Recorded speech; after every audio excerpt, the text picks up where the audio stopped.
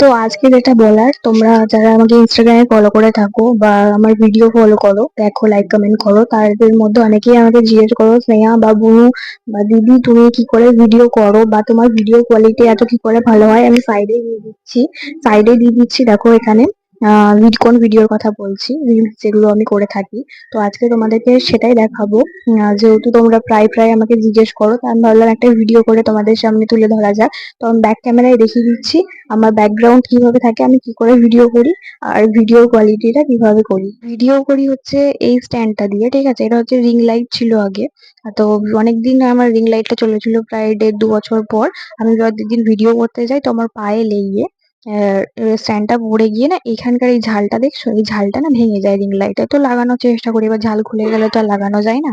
তারপর অনেকদিন পড়েও ছিল স্ট্যান্ডটা। তারপরে আমি একদিন অনলাইনে এই স্ট্যান্ডটা দেখছো, এই ছোট্ট স্ট্যান্ডটা, এটা আমি অর্ডার করি।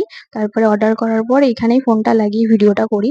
যেহেতু আমি সকালবেলায় ভিডিও করি, দেখছো হালকা হালকা রোদ আছে, তো সেই জন্য আমার রিং লাইটটা লাগে না।